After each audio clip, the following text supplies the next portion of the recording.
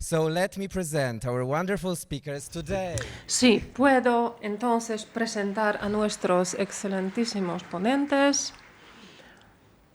Maria Bashir Abunas is an Maria independent Bashir scholar Abunas based in Beirut, specializing in the history es of the Lower una Middle East and the focus universitaria on Catholic independiente, history. She's se co-principal centra investigator at the en la Spencer historia Foundation moderna del funded project, Oriente Disrupting Próximo Dispossession, y en Teaching Palestine in particular Israel, historia which documents the experiences of former pública. Palestinian teachers También in Europe. se centra Her work also en la includes historia the de los book Beirut's palestinos Oral Histories, también Collaborations with the basados en Palestinian Oral History Archive at el the American Líbano, University of Beirut, y and with trabaja the para NGO la ProPeace that produced Universidad the Americana first en bilingual Beirut y website también dedicated to using oral la history to ONG navigate contested ProPeace, histories such as con Lebanese civil quienes war. Her colabora en publications include diferentes proyectos relacionados IUE con and Trust Beirut las in guerras, 150 years of photographs, and we are in this entre together, ellas Ras la Beirut guerra Oral de History Líbano, Project. Maria Bashar y Abunas. también participó en el proyecto AV en Ras Beirut in 150 Years of We have with us Photographs. also Fanny Julissa Garcia, Está con nosotros who's an oral también historian Fanny and graduate of Julissa the Oral History Master of Arts García, program at Columbia historiadora University. She graduada de la researches and teaches Universidad applied de oral history Columbia, methods with focus on immigrant investiga y incarceration, también family separation, enseña transnational diferentes impact of métodos failed border policies. She's a director centrados for en Separated la Stories of inmigración y la Injustice and Solidarity, encarcelación an de oral los history project inmigrantes. which Se documents centra the lived también experiences en of la families justicia separated by the United social States government. y She served en, for more than 15 en las years as a historias de special familias assistant separadas delegate to debido combat a las políticas del gobierno public health and estadounidense. Lucha socioeconomic impact of también, HIV on low-income communities, se works interesó closely with también organizations en el fighting for impacto the end que of family VIH detention and tuvo en las supporting survivors familias of sexual violence. de pocos She will be chair of recursos the 3-year term as a financieros, member of the y Oral History Association empezó Council in también 2025. She's currently su the doctoral trabajo en program manager nuestro at Oslo. consejo de la Asociación Internacional de Historia Oral en el año 2025. Ngosika Antonia Obiani senior lecturer in the Department es of profesora en el International Departamento de Studies Historia at the y University Estudios of Nigeria. Internacionales de la She's an Universidad de interdisciplinary Nigeria. historian who Es explores historiadora the connection between interdisciplinaria, women, memory, and conflict. investiga la relación entre mujeres, memoria y conflictos, y su estudio en este tema le dio mejor entendimiento de las dinámicas sociopolíticas de Nigeria moderna. Se basa en entrevistas con los supervivientes de la guerra de Biafra, y también lidera el grupo de estudio centrado en este tema en colaboración con el Centro de Investigación de la Universidad de Leiden en Países Bajos. Sus entrevistas y su trabajo se publica en los medios sociales. La investigación relacionada con la guerra entre Nigeria y Biafra. Natalia Otryshenko es sociología e investigadora del Centro de Historia Urbana de Leópolis. También colaboró con la Universidad de St. Gallen en Suiza y la Universidad de Lund en Suecia. Es la líder que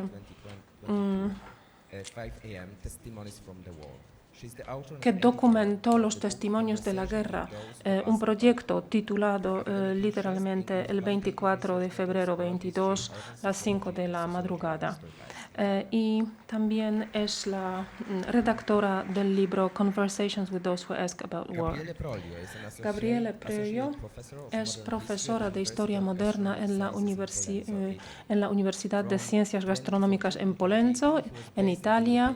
Entre 2014 y 2011 estaba basado en la Universidad Europea en el marco del proyecto Bodies Across Borders, Oral and Visual Memory in Europe and Beyond. Habló con diferentes con la diáspora y con inmigrantes de Somalia, Eritrea y Etiopía en Europa. Luego trabajó en Coimbra, en Portugal, también sobre la movilidad y la migración en el Mediterráneo. publicando el libro Bucare il confine, storia della frontiera di Ventimiglia.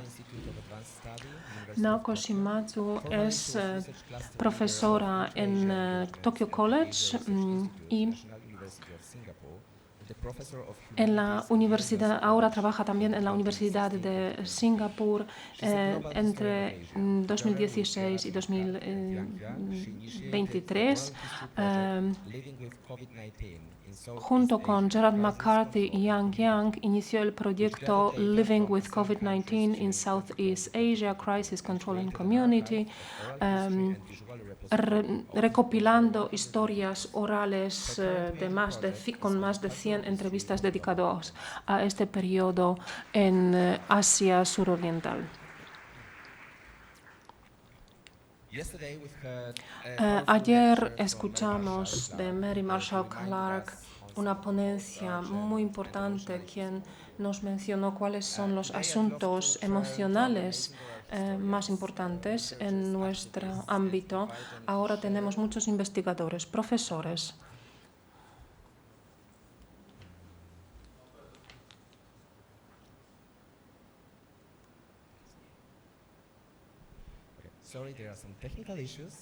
Parece que tenemos también un tema técnico que hay que resolver. Algo pasa con el streaming, pero bueno, ya espero que lo resolverán. Entonces, a nuestros invitados, investigadores, profesores,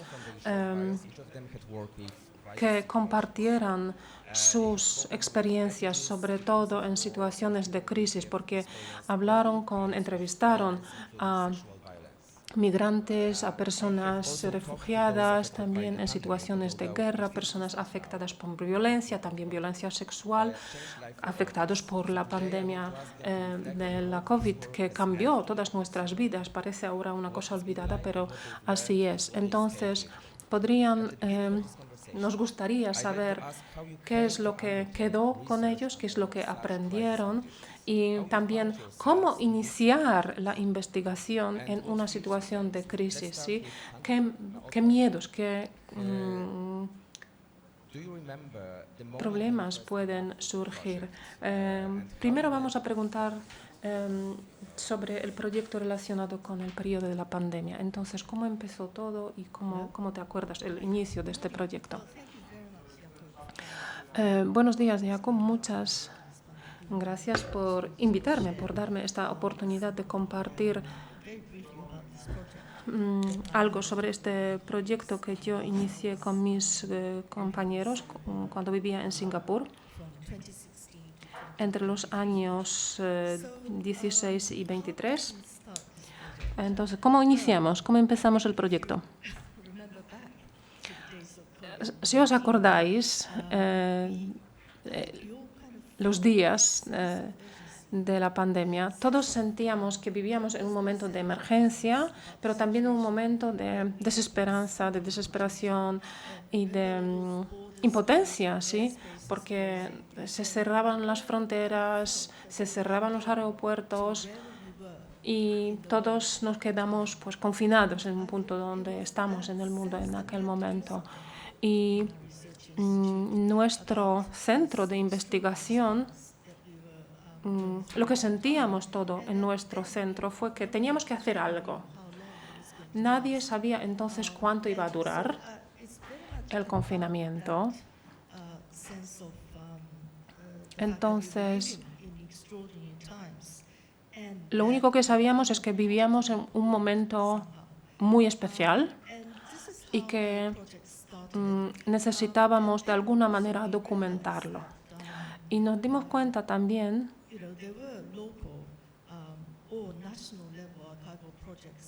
de que había proyectos a nivel local, a nivel nacional, en diferentes países de Asia suroriental, Brunei, Camboya, Indonesia, Laos, Malasia, Myanmar, Filipinas, Singapur, Tailandia y Vietnam.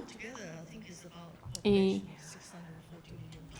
en total, creo, la población es de unos 640 millones de personas. O sea, no es una región pequeña a nivel mundial. Entonces, ¿qué es lo que queríamos hacer. En nuestro centro de investigación,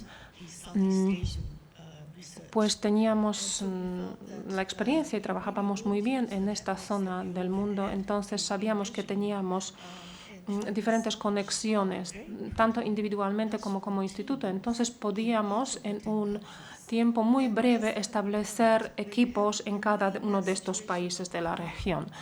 Y sentíamos que era algo urgente, ¿sí?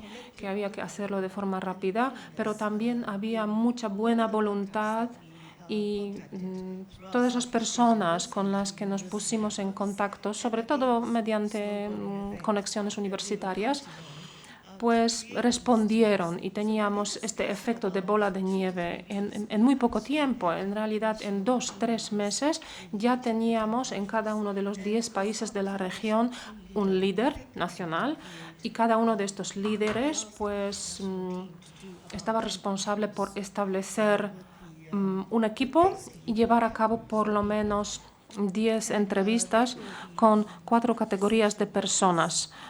Los trabajadores esenciales, la definición, por supuesto, depende del país y también del contexto en el cual uno vive. Segundo, los pacientes, personas que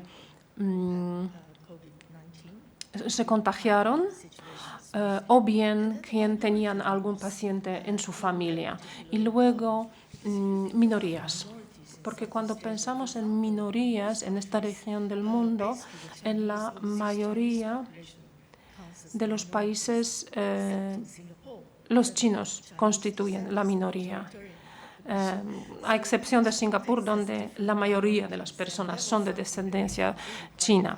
Pero nos interesaba la situación de estas comunidades chinas en estos países y finalmente las personas mayores, porque sabíamos que ellos se veían más afectados por la enfermedad. Y fue el grupo donde más mortalidad había. Y en estos 4 grupos planteábamos preguntas sobre su comprensión de lo que era COVID en aquel momento y sus respuestas, pues individuales, a veces también conjuntamente, ¿sí? O sea, como en familia, etc. Y luego les preguntábamos también por el control estatal, ¿sí? O sea, cómo se veían restringidos en sus rutinas cotidianas debido al control estatal, a las medidas introducidas. Y finalmente también nos preguntábamos cómo respondía la comunidad en la que vivían, ¿sí? Bueno, aquí paro porque me doy cuenta de que he ocupado ya demasiado tiempo. Muchas gracias. Sí, definitivamente nuestros hábitos tuvieron que cambiar, teníamos que repensar el concepto, ¿sí? de la historia de la comunidad, etc. Esta conferencia no se dedica a este tema únicamente, pero normalmente tratamos de llevar a cabo las entrevistas con las personas pues cara a cara, pero sabemos que en aquel momento no fue posible. Me gustaría también saber cómo fue en otra situación con las personas afectadas por las políticas migratorias. Sí, nosotros llevamos a cabo entrevistas con familias afectadas por políticas migratorias, políticas que les causaron trauma por separación. Entonces, sobre todo se trataba de familias separadas por políticas migratorias de los Estados Unidos, pero también diferentes familias separadas por migración de América Central. Yo nací en Honduras, mi madre emigró de su país y yo me sentía siempre muy orgullosa de aquel viaje que hizo mi madre. Pero yo me acuerdo que ya durante la primera campaña presidencial del presidente Obama empezó pues esta retórica negativa sobre estos movimientos migratorios. Empecé a trabajar, a hacer un trabajo de campo, preguntando a las personas, pero decidí que la historia oral como en forma de testimonio, entrevista, es lo que me gusta y entonces empecé ya a partir de 2017 hablar con las familias que bajo la política la llamada política Zero Tolerance, pues separó muchas veces incluso los hijos, los niños de sus padres. Ahora ya no llevamos a cabo entrevistas, pero muchas de las familias que entrevistó pues son familias que siguen experimentando esa misma ansiedad. Porque yo mantengo el contacto con estas familias, les ayudo a presentar sus solicitudes que podían presentar, por ejemplo, durante el gobierno de Biden para reunificarse con sus hijos, pero en 2024, antes de las elecciones, pues estas familias entrevistadas, pues con mucha prisa trataban de solucionar su documentación, solicitar la reunificación, etcétera, etcétera, renovar también sus permisos de residencia, etcétera, etcétera. Y yo entonces me preguntaba que, bueno, si debería yo ayudarles en todos estos trámites. Y me di cuenta también de que, bueno, si yo lo hago, el gobierno lo va a saber, va a quedar alguna huella en la documentación de que yo les ayudé, y me empecé yo misma a plantearme preguntas. Entonces, lo que debemos comprender es que bajo esta política de tolerancia cero, más de 5.000 familias fueron separadas de 22 países, no solamente de América Central, aunque la mayoría de las personas que entrevisté fueron guatemaltecos. Muchas de estas familias tienen identidad indígena. Entonces, después de ser supervivientes de la violencia de la guerra civil en Guatemala, ahora sentían pues otro trauma, otro tipo de violencia. Entonces, este proyecto, su participación en este proyecto fue un acto también de confianza, de fe en nosotros. Durante los primeros 2 años de la pandemia, 20 y 21, llevé a cabo las entrevistas desde Nueva York. Sí, por teléfono, sobre todo. Saben que algunos de ellos estaban ya de vuelta en Guatemala, entonces a lo mejor no tenían cobertura, se nos cortaba la línea, etcétera, etcétera. Pero la verdad es que incluso ya simplemente hablar conmigo significaba que tenían que tener esa confianza de que yo no pertenecía a ninguna administraciones migratorias, etcétera, así de que lo único que yo buscaba fue documentar su experiencia, siendo yo misma una persona que también tiene esta experiencia. Ahora son muchísimas las familias que viven en miedo y estas familias entrevistadas también temen que puede suponer para ellos pues tener esta entrevista. Yo también organicé muchas veces apoyo legal a estas familias de los abogados que trabajan pro bono. Pero incluso estos abogados ahora tienen miedo. Muchos bufetes de abogados que antes pues daban esta ayuda, provisionaban esta ayuda pro bono para reunificar a las familias, recientemente lo que hacen es eliminar de sus sitios web toda información sobre este trabajo que hacen de forma gratuita, porque saben que vivimos pues en un ambiente con este régimen que tenemos ahora que les puede pues complicar la vida. O sea, vemos que la gente que hay como mucha cautela, a veces excesiva, incluso no lo sé, pero ahora el apoyo, prestar apoyo, ayudar a los migrantes en Estados Unidos viene cargado con mucho miedo, con mucha ansiedad, y también tenemos un silencio anticipatorio. O sea, vemos que muchas personas prefieren callarse porque se dan cuenta o temen de que hablar, contar sus historias, pues puede de alguna manera afectarles más tarde, dañarles. Las historias que escuchamos, pues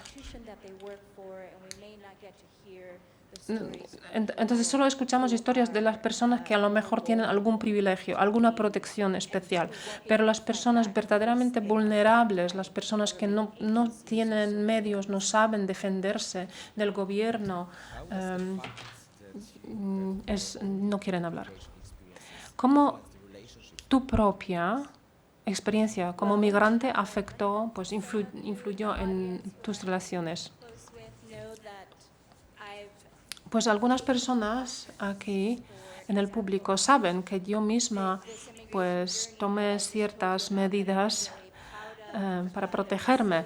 Esta historia, ¿sí? la resiliencia de mi madre durante su viaje a Estados Unidos. Yo siempre me sentía muy orgullosa y fue una parte de mi identidad. Ahora, de mi biografía, quité toda esta historia, la suprimí y empecé a googlear, buscar todas las informaciones que podían estar públicas relacionadas con mis contactos con las familias separadas, pues todo esto ahora está protegido por una contraseña, ¿sí? O sea, no está abiertamente accesible. Entonces, en mi historia siempre tenía guardadas las historias en 3 sitios, ¿sí? En la nube, en un disco duro y en mi ordenador. Ahora ya me parece que la nube no es un sitio seguro. Entonces, como digo, tratar de quitar todo de Internet, de espacios públicos de Internet, para que no se pueda encontrar mediante Google. Ha sido un proceso largo y pues por supuesto, algo que una vez que pongas algo, que publiques algo en Internet, es muy difícil que no sea público. Entonces es todo un proceso. Gabriele, tú entrevistaste sobre todo personas que migran desde África, pues como una persona de fuera. Entonces, ¿cómo esto afectó tu investigación? Muchas gracias por esta invitación. Realmente me siento muy feliz de poder estar aquí y compartir las experiencias de mis investigaciones. Yo he hecho más de 200 entrevistas en la zona del Mediterráneo y muchas memorias orales he transformado en artículos. Cuando estuve en Bosnia, en la frontera bosniaco-croata, me di cuenta que muchas cosas no funcionaban ahí bien.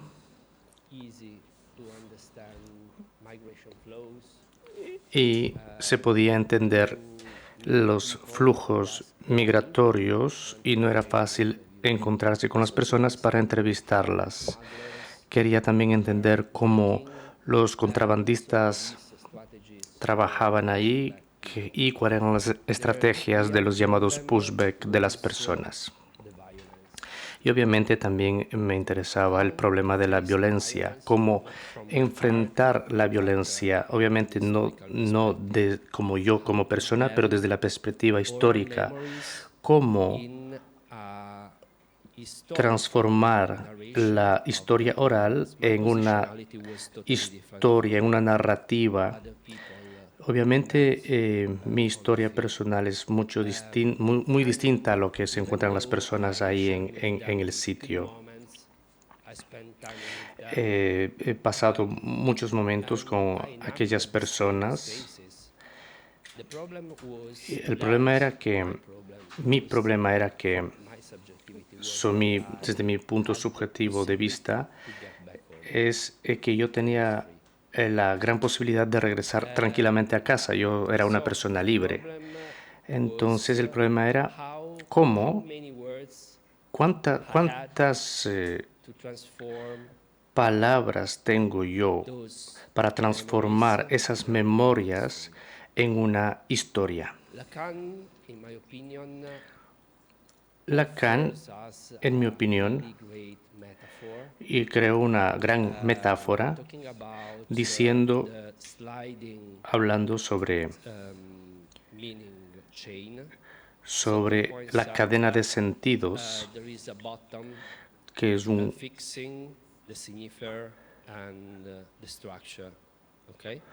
punto que crea el significado de la estructura. Y ese elemento es justamente mi trabajo. Yo transformo la violencia desde mi punto de vista. Eso es la historia oral. Pero obviamente este punto de vista es una historia oral europocentrista.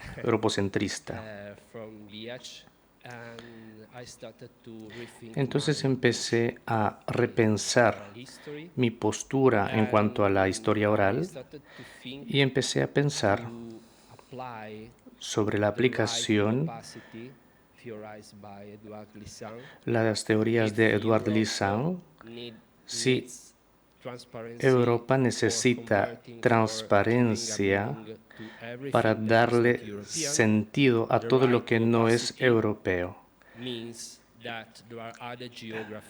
Lo que significa que tenemos que entender las otras geografías, las otras posibilidades, otras formas de dar significado a lo que acontece en el mundo.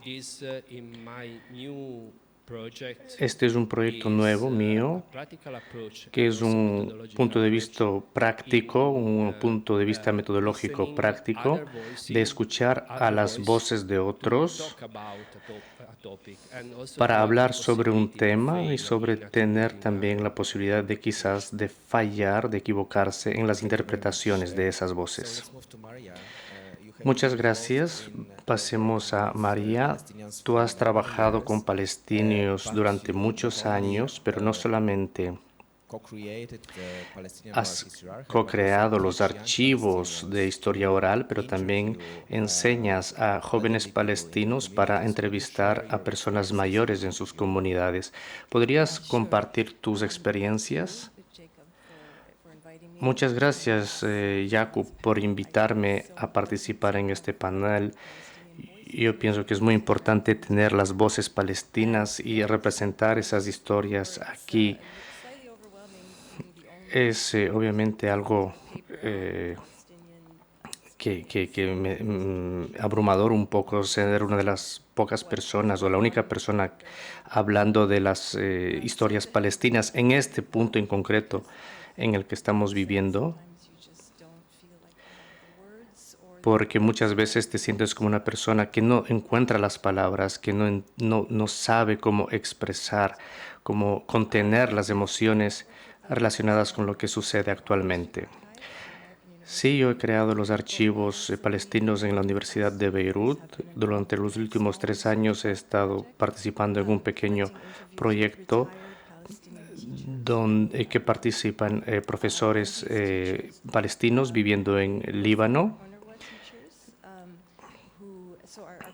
Y nuestro proyecto está concentrado en los años entre 1970 y los años 2000, es decir, 30 años. Y en estos 30 años ellos han vivido obviamente la brutalidad también de la guerra civil en Líbano.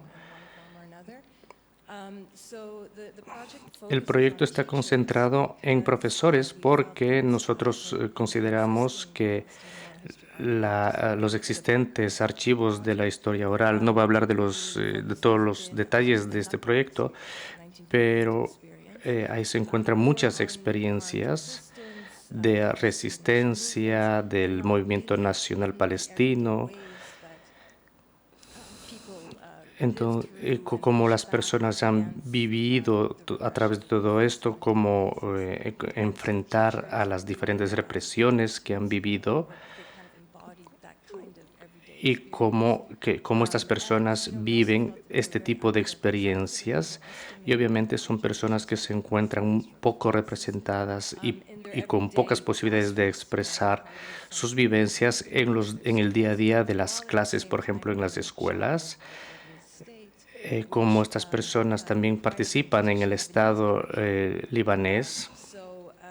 Entonces, en otras palabras, estos profesores no pueden enseñar sus propias historias a sus alumnos. Entonces, teniendo todo esto en cuenta, queremos entender sus propias vulnerabilidades.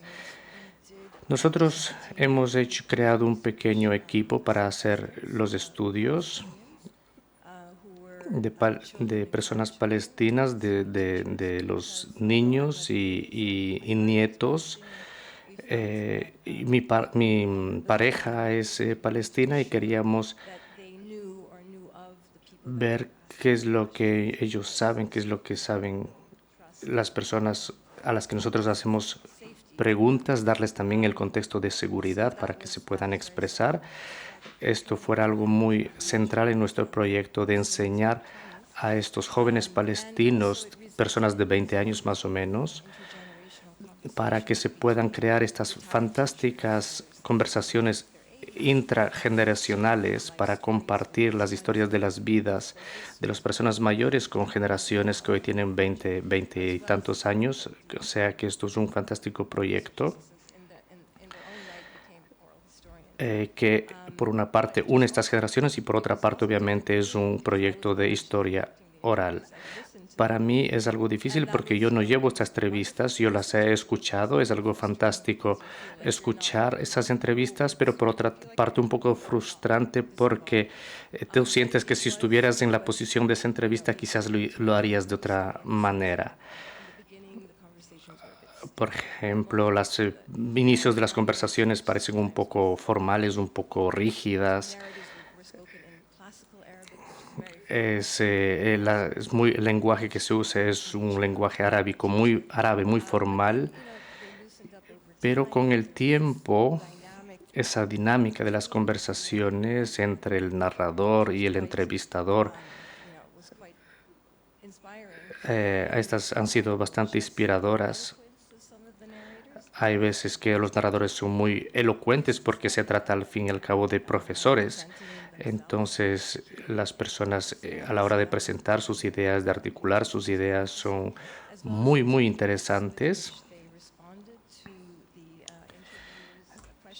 Y también la forma en la que responden a sus entrevistadores.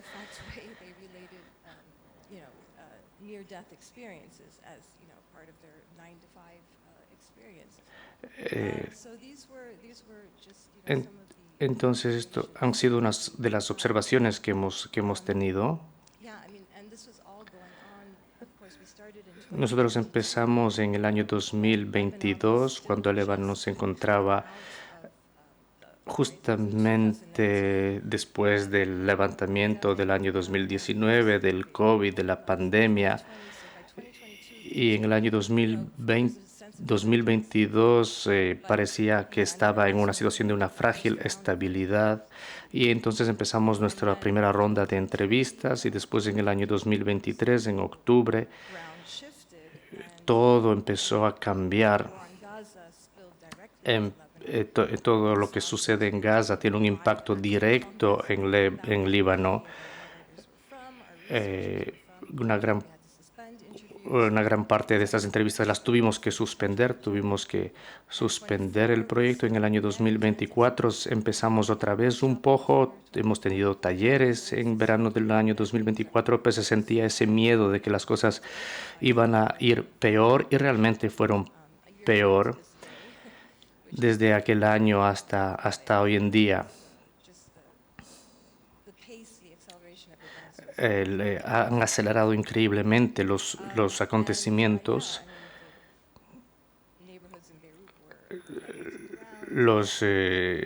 La vecindad en Líbano, en Gaza, todos esos sitios han sido allanados prácticamente. Una cantidad de refugiados, muchas muertes también. Entonces, este es el tipo de contexto en el cual nos encontramos y donde queremos continuar y tenemos esas preguntas si deberíamos continuar, operar.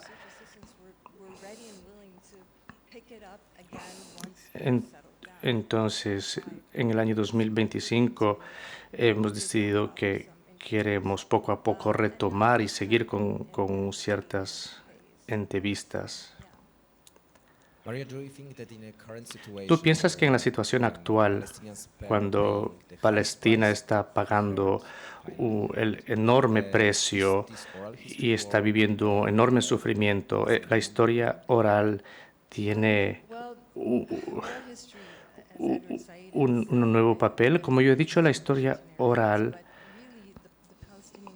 la historia palestina siempre ha tenido esta historia narrativa, siempre esta historia oral es una forma de mantener la cultura viva en la comunidad, y esto continúa desde hace tiempos hasta el día de hoy. Lo que pasa en Gaza, el genocidio que sucede, todo esto es documentado de forma de historia oral. Entonces yo considero que estas historias siempre han sido muy importantes para los palestinos. Por una parte, complementa la historia oficial, pero por otra parte es algo que es muy frustrante porque ellos no tienen el permiso para contar sus historias, pero al mismo tiempo tienen esa sensación de que quieren que esas historias sean escuchadas, porque piensan que de esta manera, si se transmite estas informaciones, quizás en algún momento llegue la hora de una justicia. Es muy importante la historia colectiva, no solamente, especialmente porque las generaciones antiguas están desapareciendo y las jóvenes generaciones quieren colectar esas narrativas, esas historias antiguas. Entonces, ser palestino como tal es algo peligroso. Es difícil también porque una generación, la anterior, quiere proteger a la siguiente, a la joven. Entonces, como he dicho, la gente se cuestiona o se pregunta si ser palestino en general es algo bueno, porque es peligroso. Tú trabajas sobre Ucrania, que es una nación afectada por la agresión rusa, y me gustaría preguntarte, ¿cómo es posible conducir estudios de historia oral durante un conflicto en curso? Yo provengo de un país donde la agresión rusa está todo el tiempo presente, y tanto agresión militar como a la ciudadanía civil.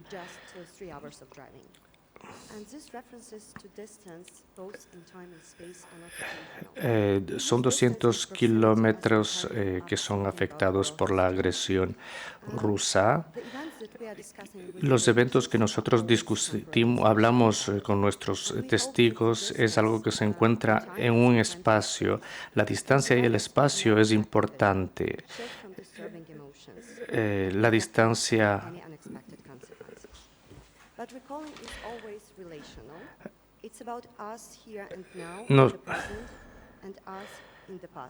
nosotros en el tiempo, nosotros en el espacio es algo que tratamos de recuperar a través de la memoria. Algo que es implícito en nuestro campo es que tenemos el presente para hablar de un pasado difícil. Nosotros todo el tiempo nos encontramos en miedo, nos encontramos ocupados, nos encontramos devastados por la proximidad de las líneas del conflicto. ¿Cómo nosotros podemos practicar historia oral en ese contexto? Para mí, hablando de historias con los testigos durante la guerra, es algo también que trata de la seguridad. Las personas, las familias mencionan durante los testimonios justamente esta sensación de inseguridad. Nosotros somos personas sociales, entonces nuestras historias siempre se reflejan en la comunidad, en la sociedad. Reflejamos nuestros principios que también cambian a través de las condiciones políticas.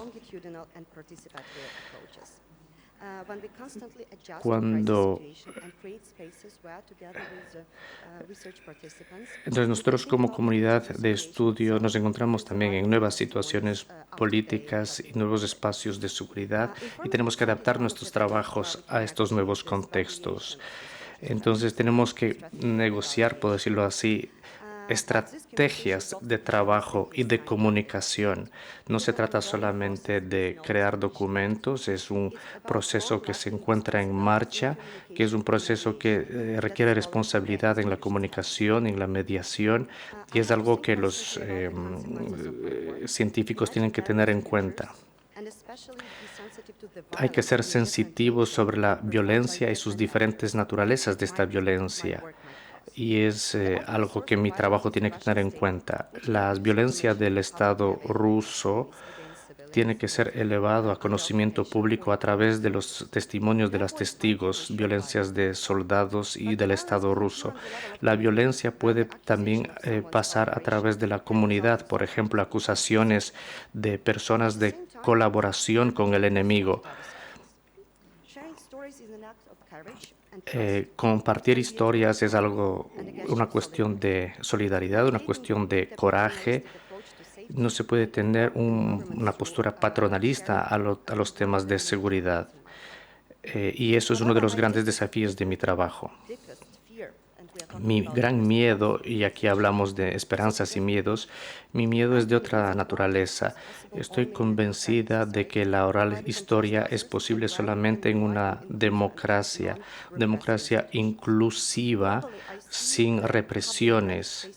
Estamos viendo que el mundo está reduciendo estos espacios de democracia y los espacios donde el debate puede suceder. Entonces es muy importante que alguien escuche las historias de las personas que los quieren contar. Parece que hoy nadie quiere escuchar. No se trata solamente de preservar las voces, pero también crear una comunidad de personas que quieran escuchar. En nuestro caso específico, necesitamos la comunidad ucraniana que pueda sobrevivir. Ucrania, ¿cómo tú realizas estas entrevistas en Ucrania? ¿Cómo tú lidias con esto? El desafío es múltiple. Diferentes partes de Ucrania están afectadas de diferente manera durante la guerra y durante la crisis y la violencia. Yo soy mujer. Yo soy una mujer que puede trabajar y viajar de forma libre y puede compartir lo que ve. Yo escucho historias que me dan esperanza, pero también historias que me causan profundo dolor. Soy mujer, soy hija, soy persona que conoce, que escucha a ucranianos que están en la guerra, que experiencian ataques de misiles, ataques de drones. Entonces me afecta no solamente en el sentido de que escucho las historias de otros, pero también me afecta en el sentido de que pienso sobre el futuro de mi nación y mi propio futuro. Entonces, ¿cómo yo lidio con esto? Pues creo espacios para la acción. Actúo si es que puedo tener todavía cierto control sobre mi vida y tengo sueños. Incluso si los políticos en otros países no nos dan el apoyo que considero necesario. Y obviamente trato de cuidar por otros y de que otros velen por mí. Y esas son mis estrategias. La mayoría de las entrevistas de Natalia y de otros miembros aquí del panel, entrevistadores mujeres y de mujeres. Me gustaría ahora pasar a Gozika.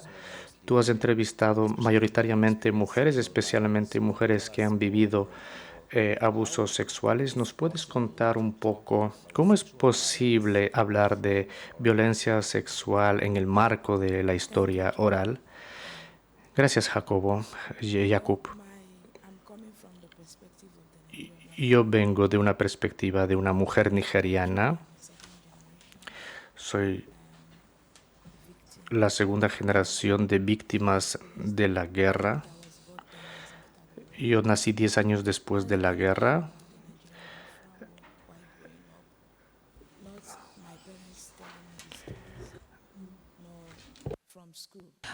Yo nunca escuché sobre la guerra Nigeria-Biafra. No lo aprendí ni en la escuela, no estaba en el currículo. Solo recientemente se añadió a los programas de enseñanza, ni tampoco de mis padres. En la universidad, en el departamento de historia, pues tampoco se hablaba de esta guerra. Lo que sí se estudiaba fue el proceso de colonización y decolonización de Nigeria. Y lo siguiente sería Nigeria a partir del año 1970. ¿Sí? Entonces, la historia más cercana. Después de la guerra, Nigeria vivió durante mucho tiempo bajo un régimen militar y en 99 tuvimos el primer presidente civil. Y fue entonces cuando se empezó a mencionar la guerra civil, pero mis padres, por ejemplo, no se hablaba. O sea, ellos entre ellos sí que debatían, conversaban sobre ese tema. En 99 lo que se vio fue Metatiet, ¿sí? Se empezó a ver protestas públicas, la gente empezó a hablar sobre el tema. Usuka, en el occidente de Nigeria, fue ahí donde por primera vez vi gente con pancartas y con banderas, con los colores, esta bandera de Biafra, ¿sí? O sea, yo no sabía qué era, pero policía y las fuerzas de seguridad pues les atacaron. Pero estamos hablando de una guerra entre un grupo de aproximadamente 2 millones de personas ahora, una guerra que terminó en 1970, pero como digo, de la que no se habla, que no se afecta, ¿sí? Entonces había víctimas, ¿sí? Y yo me empecé a interesar por las personas que vivieron aquella guerra, que sufrieron por aquella guerra, y entonces comprendí que hay muchas víctimas de violencia sexual, pero me di cuenta de que hay muy poco testimonio, muy poca documentación. La violencia sexual es algo prohibido, ¿sí? Es algo que las mujeres se ven obligadas a olvidar, las familias se ven estigmatizadas, las mujeres no pueden casar, etcétera, etcétera. Entonces yo entrevisté a muchas mujeres que eran ejemplo. Eso. Una mujer con la que hice una de mis primeras entrevistas fue primero muy agresiva, ¿sí? No le gustó que queríamos escuchar esa historia. Pero, ¿dónde lo escuchaste? ¿Qué quieres saber de mí? ¿Sí? O sea, esta agresión dirigida a mí, entonces para mí me costó explicarle, hacerle comprender de que pues estoy ahí para comprender cómo la gente vivió aquel periodo, aquella guerra. Entonces sí que es una investigación que influye en mí, ¿sí? Porque mi comunidad, yo vengo de una comunidad fronteriza. Las tropas nigerianas estuvieron en nuestra zona durante 13 meses, ocuparon esta zona durante 13 meses de la guerra. Y hablar con las víctimas, comprender las víctimas, empecé también a comprender cómo afecta a la siguiente generación, cómo afecta a todo lo que podemos ver ahora en los medios, en las redes sociales también, ¿sí? O sea, recogemos ahora unos fragmentos, trocitos de historias, porque la verdad es que el gobierno nigeriano en ningún momento quiso recopilar toda esa historia, ¿sí?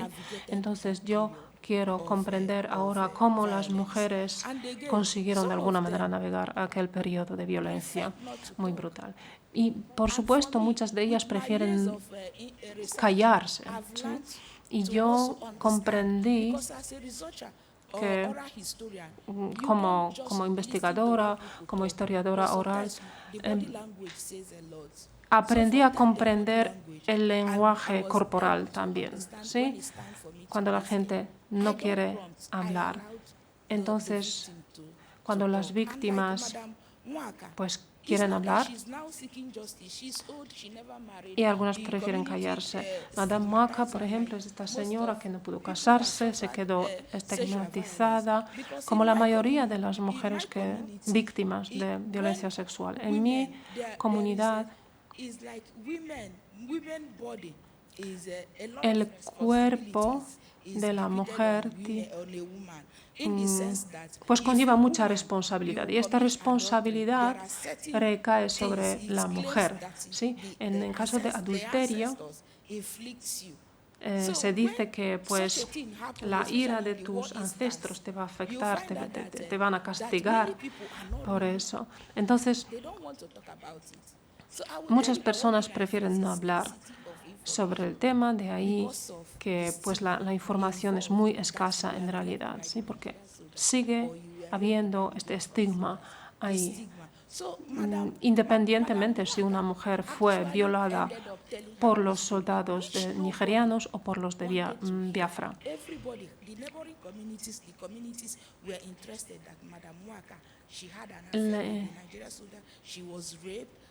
En su comunidad, Madame Mwaka, la gente pues consideraba aquella violación como pues fue casi como tener una aventura con un soldado nigeriano, y la comunidad la rechazó, sus vecinos, su comunidad. Entonces, como investigadora, ¿tienes alguna estrategia también para cuidar de ti misma? Empecé la investigación en 2015 y no paré desde aquel momento. Mi investigación pasa de las víctimas ahora a la siguiente generación, pero sí que me traumatiza en todo momento. En agosto, por ejemplo, también trabajé ahora en el sureste de Nigeria. Tenemos otra vez pues, un bullicio, un ambiente que puede ser un poco peligroso porque, claro, el gobierno nigeriano rechaza la etnicidad de la gente de Biafra. Entonces hay mucha gente que dice cosas que nadie quiere escuchar un poco. Entonces estoy en una situación bastante vulnerable muchas veces en mi trabajo de campo. ¿Sí? Muchas veces yo temía por mi vida. Y sí se siente una impotencia. Después de las entrevistas a veces me cuesta hacer la transcripción porque te ves retraumatizado al hacer la transcripción muchas veces. Entonces sí, es algo que yo experimento. No es fácil, y en particular cuando veo ahora la generación más joven armada ya, porque es gente armada que instiga otra vez a la violencia, y otra vez ocurren incidentes de violencia sexual, ¿sí? O sea, otra vez lo que ocurren son los raptos de niñas, de chicas jóvenes, algo que ocurría durante la guerra. Y la historia se repite, ¿sí? Las violaciones. Entonces, cuando enseño este tema, cuando se lo explico a mis estudiantes, sí que mi mente siempre vuelve a las experiencias de estas mujeres. Entonces, creo que la crisis empezó Ya cuando el gobierno decidió que en el sílabo no debería hablarse sobre el tema de la guerra y de la violencia, sí, o sea, este acto de olvido sobre las mujeres violadas, mujeres forzadas a los matrimonios, sí, ese olvido es el problema. Tengo una mujer entrevistada que dice que ahora cada vez que vuelve a su pueblo natal, ¿sí?, se encuentra con esos hombres, ¿sí? También las mujeres se ven obligadas a vestir de forma tradicional, porque una chica que viste vaqueros enseguida es raptada por los soldados, por las milicias. Y la estigmatización de las mujeres violadas es la misma, sigue siendo la misma hoy en día en todos los grupos. Bueno, has llegado a un tema que yo importante, sí, un tema donde yo en el cual me gustaría centrarnos, sí, o sea, trabajo de campo, los datos, la información, la transcripción, la diseminación de los resultados.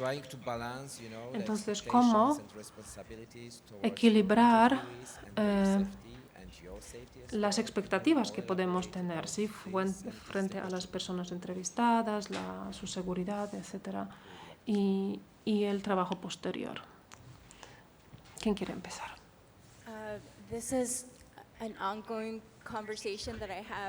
Pues es una conversación que con Doug Boyd llevamos teniendo desde hace tiempo, ¿sí?, porque tenemos diferentes plataformas y servicios que por un lado nos permiten hacer el trabajo de una forma mucho más rápida, así como la transcripción, por ejemplo, ¿sí?, que se puede hacer de forma automática. Sin embargo, cuando trabajamos con las personas que tienen experiencia de violencia, conflicto, etcétera, etcétera, que viven en estas situaciones, pues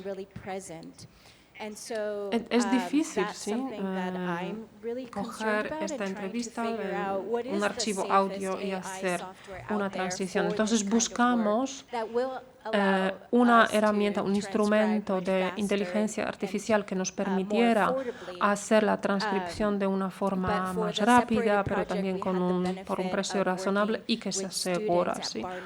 En Barnard College con los estudiantes tenemos un proyecto, a ellos tienen mucho entusiasmo, si les gusta escuchar las historias y les gusta hacer las transcripciones.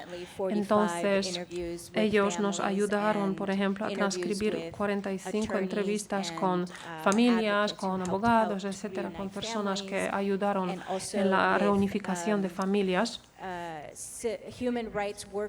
También los activistas de derechos humanos en América Central, quienes pues hacen trabajo de detectives, ¿sí? O sea, buscan las personas, tratan de reunificar a los padres con los hijos que se quedaron a lo mejor en los Estados Unidos, etc.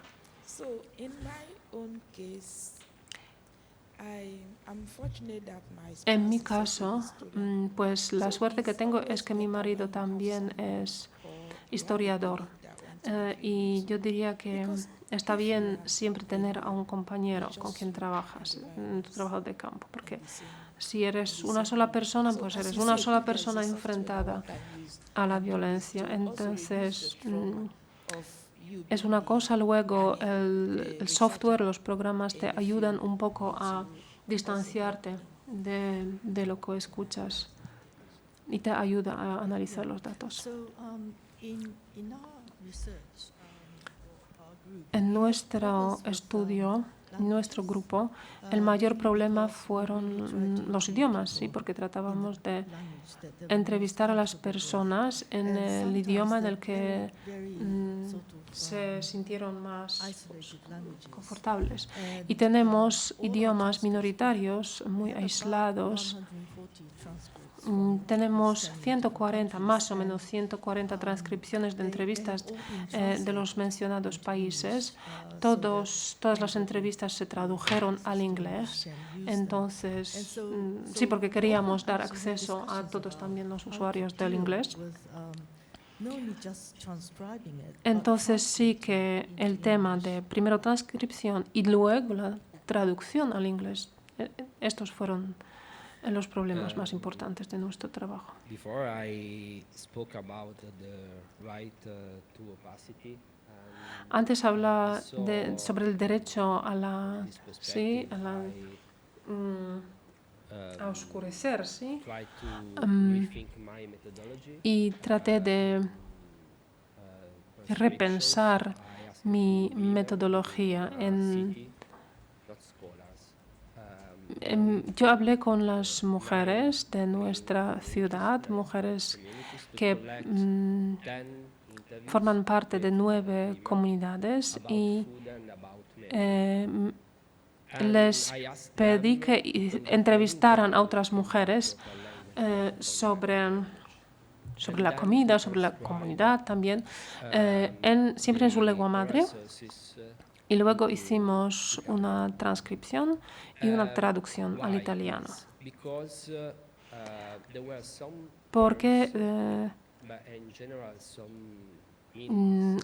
¿por qué hicimos este trabajo de esta manera? ¿Sí? Pues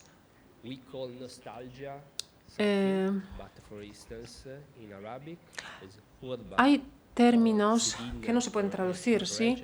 Como hutba, sirino en Egipto, que son términos que se traducen como nostalgia, pero no es exactamente lo mismo. Y sabemos que hay muchos términos de este tipo, ¿no? Que pertenecen a un espacio geográfico. Y esta postura así, opaca en la historia oral, debería darnos este derecho a crear significados nuevos, ¿sí?, en esta comunicación.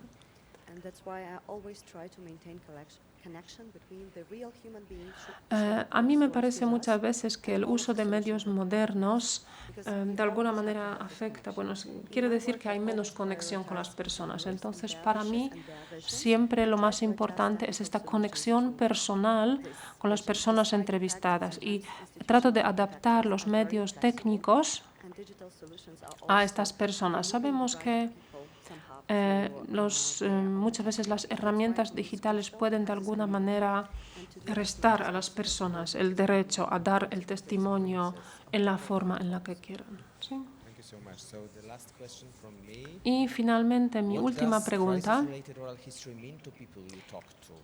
¿qué significa la historia oral relacionada con la crisis para las personas a las que entrevistáis?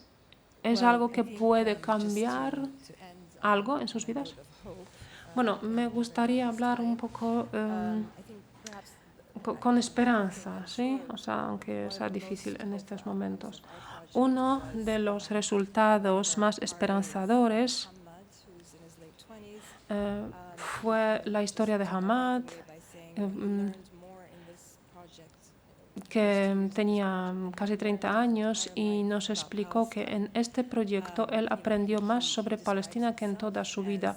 Se describe a sí mismo como parte de la generación despolitizada, como la mayoría de los estudiantes. Pues sabe algo sobre Nakba, pero luego ya no aprendía nada sobre la historia, sobre de dónde surgió el movimiento nacional palestino, etc. Entonces, él me dijo que aprendió más que entrevistó. Me dice que los elementos del pasado empezaron a caer en sus casillas adecuadas, y entonces así aprendí mucho sobre mi propia vida.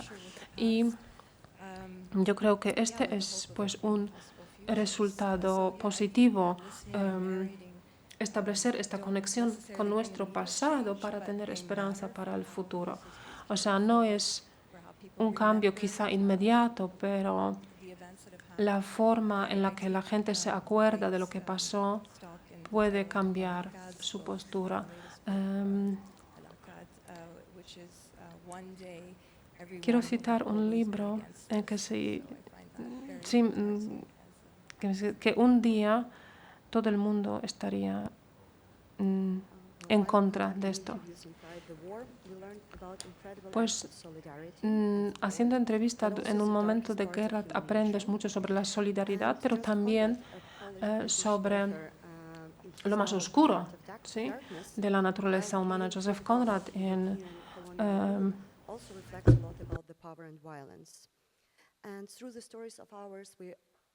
El corazón de la oscuridad sí describe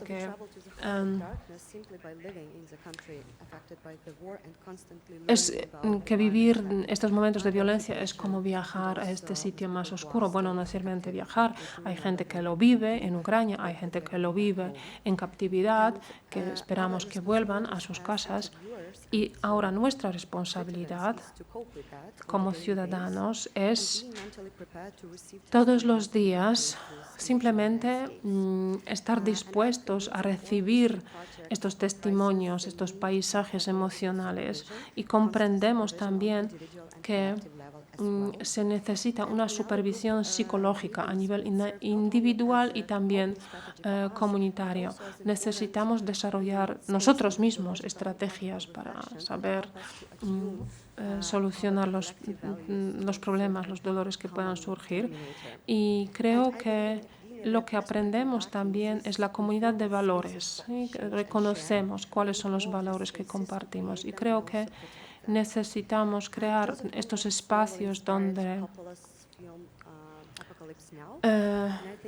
podamos compartir esas historias de forma segura. Yo creo que la película basada en El corazón de la oscuridad, Apocalypse Now, de Francis Ford Coppola, es una película que refleja un momento en el que vivimos ahora, ¿sí? O sea, un momento donde nos falta esperanza, donde es difícil imaginarnos el futuro, donde nos planteamos la pregunta que es importante para nosotros como animales sociales, ¿sí? Yo creo que durante la pandemia nos dimos cuenta de que poder abrazar a alguien, abrazarle, es muy importante. Ahora, en un momento de guerra, también nos damos cuenta de lo importantes que son los vínculos sociales. Y entonces volvemos a lo más básico, la conexión con otro ser humano, interés en otro ser humano, en el dolor que vive este ser humano, ¿sí? Y a pesar de que existan tantas cosas que quieren separarnos, pues tratamos de estar juntos. Me gustaría decir, como historiadora, que para mí ha sido un gran placer poder escuchar y participar en experiencias de historiadores orales, porque yo no he sido historiadora oral, yo he sido historiadora, pero pienso que es absolutamente necesario y crucial la historia oral en entender la historia. Yo he leído transcripciones de diarios y materiales, y si la oral historia hubiese existido antes, tendríamos mucho más acceso a las actitudes, a las experiencias, a las mentalidades de las personas. Entonces, la historia oral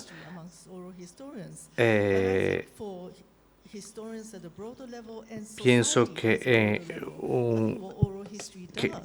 la historia oral nos da un acceso a una visión más amplia a las sociedades y las historias.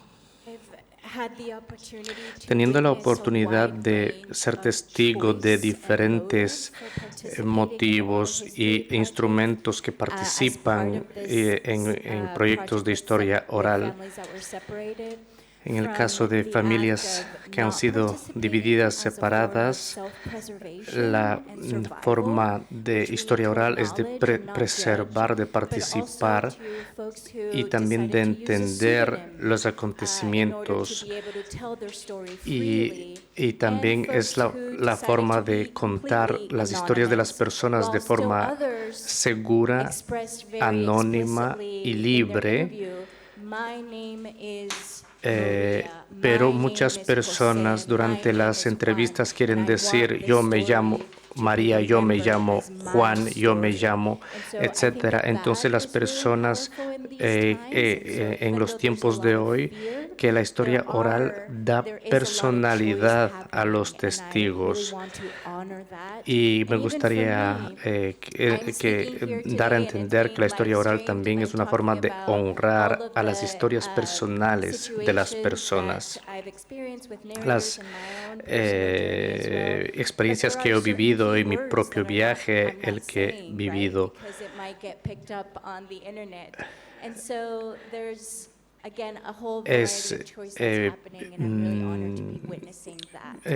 Pienso que están pasando muchas cosas y realmente me siento muy feliz de poder compartir y experimentar los diferentes instrumentos que estamos usando para compartir y mantener la historia oral. Tenemos unos 15, 20 minutos para escuchar y responder preguntas desde el público.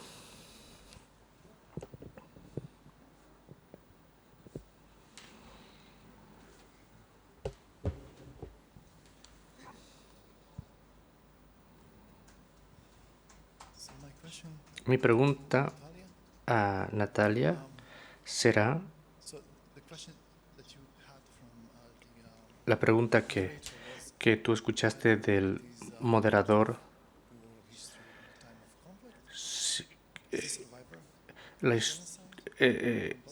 Como sobreviviente del genocidio en Bosnia, yo he hecho más de 700 entrevistas referentes a genocidio. Pienso que es muy importante capturar las memorias lo más antes posible para que no se pierda nada. Hay mucho que ganar y hay mucho que perder si es que tú no preservas las historias inmediatamente durante los conflictos.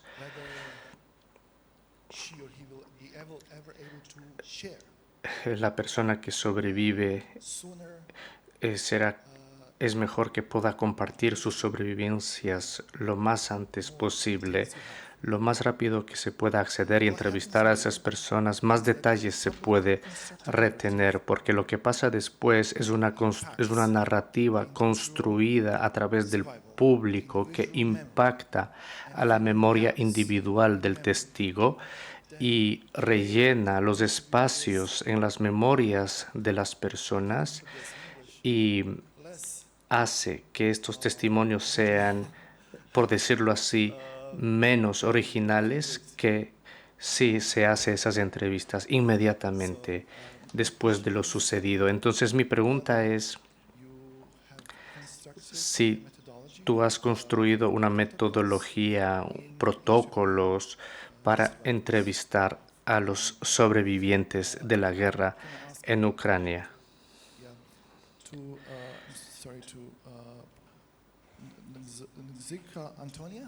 Y quería hacer una pregunta a Antonia. Discúlpame si equivoco tu apellido. En Bosnia, más de 20.000 mujeres han sido violadas durante la guerra. Como he dicho, he hecho más de 700 entrevistas, pero nosotros nunca hemos hecho entrevistas a mujeres sobre violencia sexual. Pienso que nosotros no tenemos ningún proyecto de historia oral para preservar, para recoger las historias de mujeres violadas durante la guerra. Angelina Jolie, a través de las Naciones Unidas, ha promovido una iniciativa para establecer las violaciones de guerra como crímenes de guerra. Entonces mi pregunta es si tú has consultado terapeutistas y otros trabajadores sociales y otros expertos para lidiar con este tema que es tan sensible. Muchas gracias. Muchas gracias por tus palabras y muchas gracias por el trabajo que tú realizas en Bosnia, porque es un gran trabajo y muy importante para preservar recoger las experiencias de los sobrevivientes del genocidio en Bosnia. Mary Marshall Clark dijo algo muy importante: es nunca demasiado temprano, nunca es demasiado tarde. Entiendo, claro que sí, que mientras antes recogemos más detalles, pero más tarde recogemos testimonios más elaborados quizás. Nosotros elaboramos nuestra metodología como algo a largo plazo. Entrevistamos a la persona varias veces. En el primer momento preguntamos a la persona si está de acuerdo a que la entrevistamos. La mayoría de las personas está de acuerdo que la entrevistemos. Entonces, hacemos una primera entrevista y después de un tiempo entrevistamos otra vez a la persona para hacer una continuidad de la historia. Pero los entrevistados muchas veces retoman la historia del pasado o regresan a historias que ya habían contado. Entonces, en el año 2022, en el año 2024, nosotros recogíamos y documentábamos los testimonios de las personas que habían participado y tienen ciertas memorias de los acontecimientos. Entonces, siempre estas entrevistas, este proyecto es algo de relaciones, de establecer una buena relación independientemente de los contextos políticos. Las personas todo el tiempo aprenden a recontar sus vivencias, incluso de forma inconsciente, reanalizan sus vivencias. Jacob mencionó las conversaciones sobre después de la guerra. Nosotros ahora mismo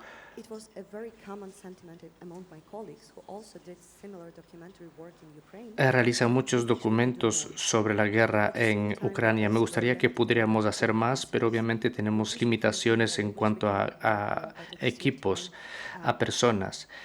Nos gustaría hacer más al mismo tiempo para tener más testimonios y más historias, pero siempre tenemos que tomar decisiones y priorizar y hacer lo mejor de nuestro trabajo para buscar y llegar a unas personas y no a otras. En cuanto a nuestra cooperación internacional, hacemos talleres sobre la metodología de entrevistas. Hemos publicado también este libro sobre las prácticas generales en cuanto a metodología y ética de la metodología que nosotros aplicamos y las prácticas que nosotros aplicamos a la hora de realizar nuestro trabajo. En mi caso, la guerra de Nigeria, Biafra, 1967, existe un gran tabú sobre esta historia, por lo tanto siempre es muy difícil de acceder a la información, hay muy poca información. En este caso, cuando tú tienes pequeños fragmentos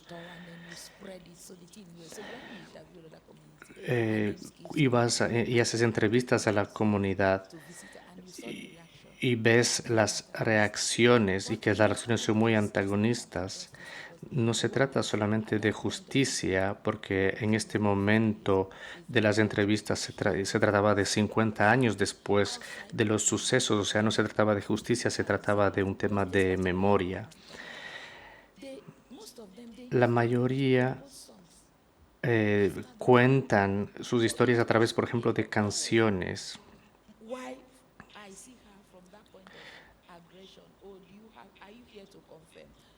Entonces tú te encuentras para confirmar la agresión que había sucedido hace mucho tiempo antes. Nosotros necesitamos historia oral, necesitamos archivos de historia oral, porque es algo que en Nigeria antiguamente no existía.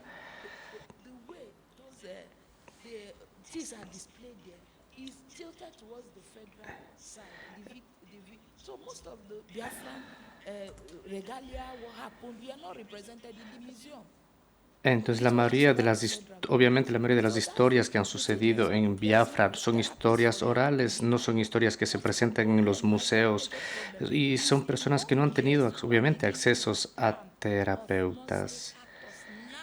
lo importante para mí es que las jóvenes generaciones tengan conciencia de lo acontecido para que en los pueblos, en las comunidades, las jóvenes generaciones tengan protección. Not trust you. Going into that place with DSS, with police, doesn't make sense at all.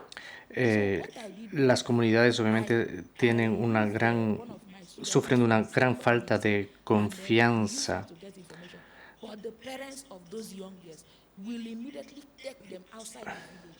There's no way Si queremos to remove them from this. conversar con personas afectadas, muchas veces tenemos que sacarlas de sus comunidades para que no sufran de esa gran desconfianza que existe de las comunidades hacia las Has been arrested. personas y los estigmas que existen de la comunidad hacia las personas. Will there be any change in what is going on in Southeast Nigeria today with the arrest of this commander? Nigeria todo el tiempo sigue sufriendo de la violencia, sigue sufriendo de asesinatos.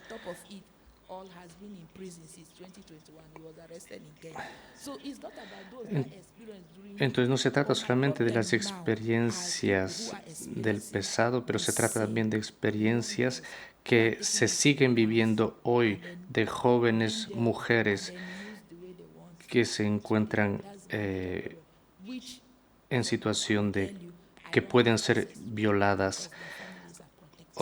Obviamente es muy difícil acceder a esas personas porque sus familias las protegen del mundo exterior.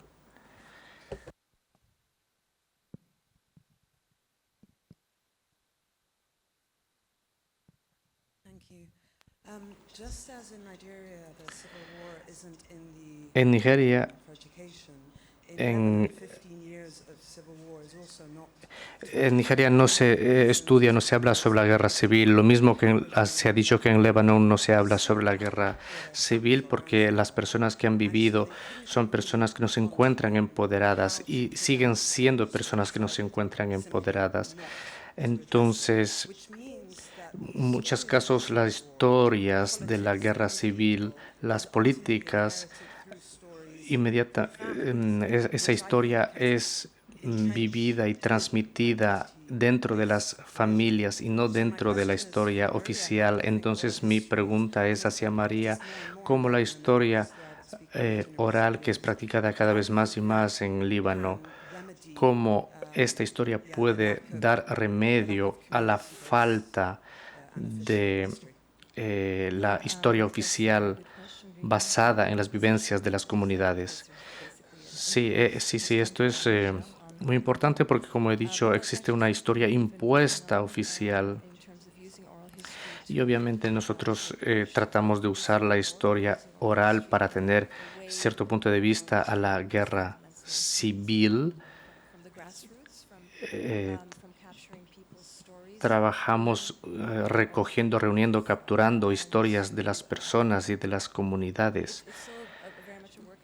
Y es un trabajo que está en proceso y un trabajo que tratamos desde las múltiples perspectivas de cómo han vivido la guerra las personas y tratamos de integrar esto en diferentes proyectos y tratar de llevar esto hacia las clases, hacia los alumnos de los nuevos jóvenes generaciones.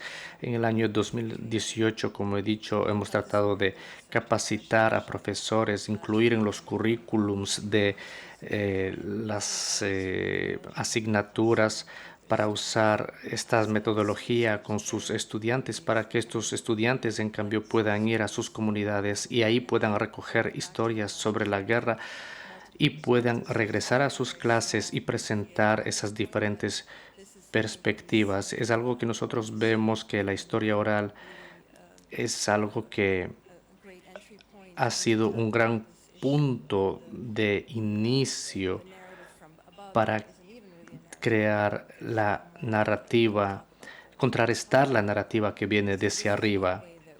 Entonces es una forma que nosotros tenemos la esperanza que la historia oral puede cambiar, puede marcar la diferencia de la memoria y de la historia de cara al futuro.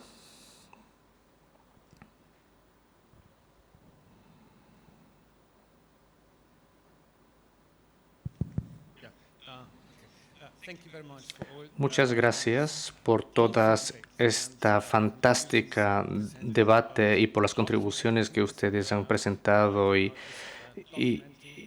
por documentar lo que está sucediendo en sus situaciones de crisis.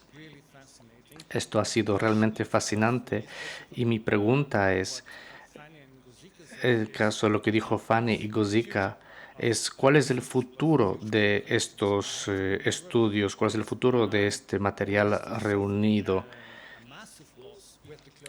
La historia, por ejemplo, está sufriendo una gran pérdida a través del cerrar el memorial en Moscú. Veo la poca resonancia que ha tenido, por ejemplo, la cerrada de estos archivos del memorial. Entonces, ¿cuál es el peligro de que las colecciones de memorias están sufriendo justamente estos ataques que son cerradas? En Nigeria, por ejemplo, si el gobierno está restringiendo los estudios mediante leyes que prohíben trabajar sobre ciertos temas. Entonces, ¿cuál es el futuro de estos archivos? ¿Cómo podemos proteger estos archivos y estas entrevistas reunidas?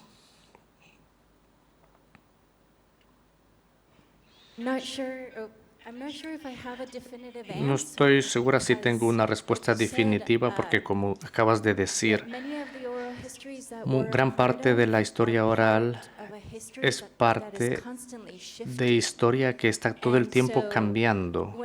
Entonces, cuando empecé este trabajo, empecé a pensar sobre historia oral, sobre la documentación del pasado reciente o sobre el pasado pasado, y ahora me encuentro en la posición de que estamos documentando cosas que tienen impacto día tras día, que tienen impacto a través de políticas gubernamentales. Entonces, tengo la sensación de que no hay una respuesta definitiva. ¿Y qué es lo que yo puedo hacer para proteger, para retener las historias de forma privada por cierto tiempo? Te voy a dar un ejemplo.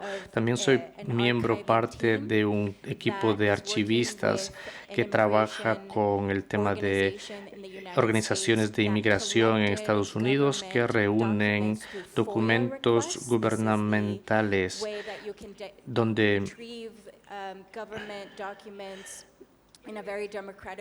tú puedes tener acceso a documentos gubernamentales de forma muy democrática en Estados Unidos. Entonces estamos creando un archivo donde tú puedes justamente archivar estos documentos y la historia oral que yo estoy justamente participando en su creación. Y queremos crear también archivos, documentarlos, y hemos hablado con diferentes organizaciones sin ánimo de lucro, y también empresas de abogados y también escuelas, universidades de abogados. Entonces queremos pasar justamente al sector non-profit.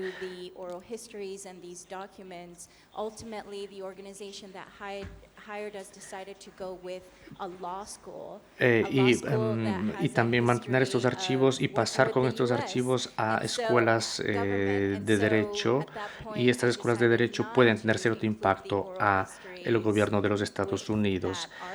Entonces, pienso que por una parte documentos por una parte y la historia oral por otra parte, tenemos que mantener esto en privado por los quizás siguientes 5, 10, 15 años.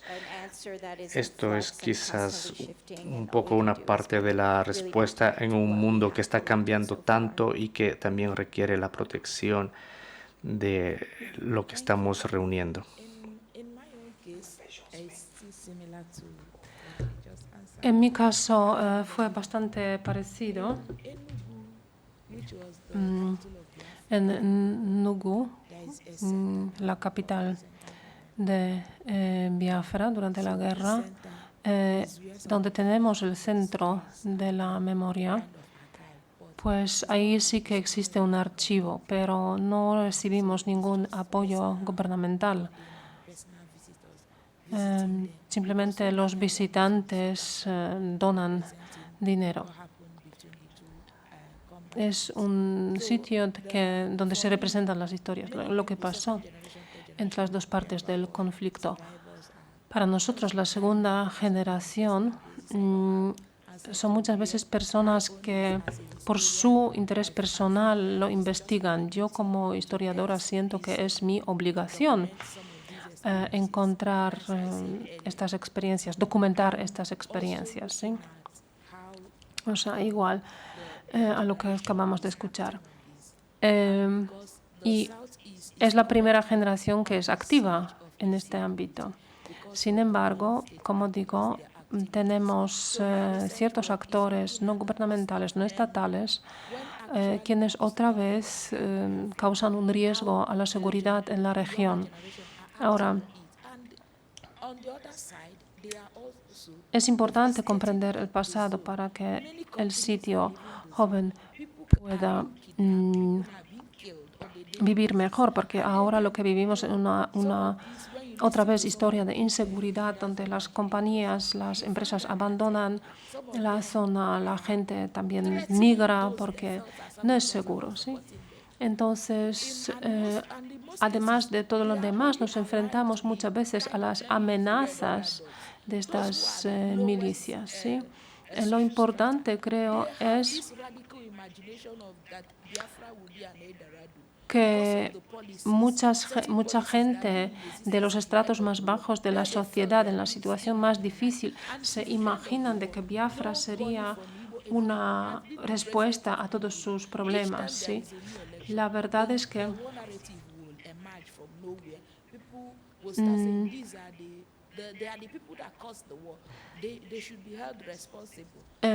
durante las elecciones, otra vez, una vez tras otra, las personas responsables por el conflicto llegan a los puestos más altos. Y seguimos en Biafra una zona muy subdesarrollada en cuanto a las infraestructuras, hay poca presencia del gobierno, ¿sí? Entonces, claro, la gente muchas veces se imagina que, bueno, un Estado Biafra cambiaría todo, no habría marginalización. No se dan cuenta de que no es verdad, no es realidad.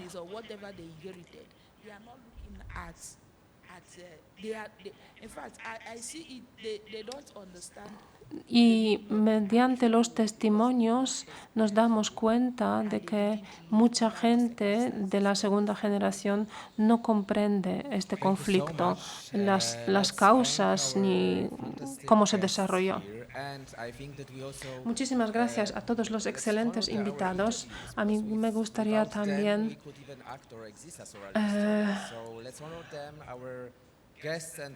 dar un aplauso enorme a nuestros invitados, a los entrevistadores y también, bueno, a sus entrevistados.